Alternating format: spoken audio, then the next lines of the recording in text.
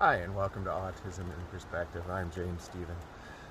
Lately, we've been talking about being an ambassador or an interpreter for your child, helping them to understand the world around them, helping other people to understand what they're trying to think, thought, feels, helping whispering in their ear so you can describe or explain what's going on.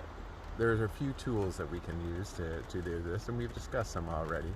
Today we're going to talk about social stories. So social stories are stories that you create yourself about upcoming events. This could be toileting, this could be lunch, it could be a class trip, it could be really anything. Anything that you think that they might need some time. So what you do is you make a book describing the key points to what's going to happen in that day. If it's dinner, you're going to talk about how they'll wash their hands. So you have a picture of them washing their hands with the words, wash their hands, and then they'll go sit at the table and you have a picture of them sitting at the table, etc., etc. I made an example here, and this is an example of a class trip. It could be anything. Now the pictures are something that I found from the internet. Your best bet is to use pictures from the real world.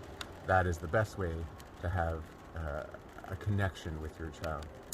Now, what I did is I made a little storybook about a social story. Let's say that Peter tomorrow is going to the zoo. So the timeline in which you introduce a social story depends on the student, depends on the child, depends on your child. You know your child better than I can. I can't possibly just tell you when to do it. Some people, some kids I've worked with, I started a week ahead. Monday, Tuesday, Wednesday, Thursday, Friday we went on the trip. Other kids, the day before. Yet other kids, the morning of. It just depends on what kind of anxiety level, what kind of stress, what kind of understanding your child needs. So, in this case, we're going to the zoo. So, bus. We're going to get on the bus. Simple, stupid. It does not have to be complicated. After we get on the bus, sorry. After we get on the bus, we will get out of the bus at the zoo. So there's a picture of the zoo. Again, should be pictures of the actual things that you're going to, so that it means more. Once we get to the zoo, we're going to have a snack. You can have an apple or a cookie.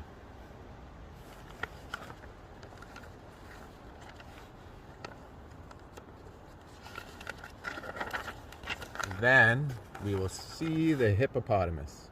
Now, you're going to a zoo, so you're probably going to see like a lot of things. You're going to see a giraffe or monkey or whatever. You just have to line it up so the hippopotamus is the last thing. And that way they'll know this part of the trip is over. We've seen the hippopotamus, now we can move on. And that, so that there's an ending, a clear and concise ending to the trip. So they know what's going on. Then we will get back on the bus.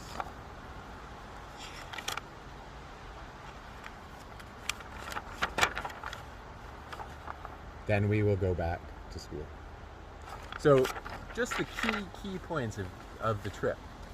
It doesn't have to be huge, or just what you think would be the key points for both you and your student. And so you would go over this.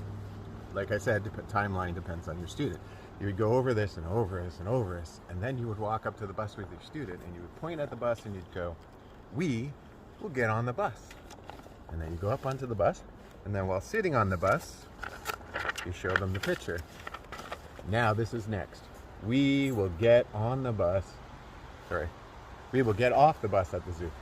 So now they know they're going to wait to see the zoo. And you do that for each picture. Once you get to the zoo, then you go, we are going to have snack. Anyway, that is one example of a social story. There are so many vast differences. Like you can use them for conflict resolution. You can use them for understanding maybe what someone else is thinking. But this is just one aspect of it. And I hope it helps with anxiety, loosening anxiety, and helping your child understand what's going on around them and new things. Now, it's important to note that some people think that if a child has all the communication and they're high functioning, that they don't need social stories. I disagree. I think that they have a lot of anxiety. And just imagine if they know what a day is going to look like.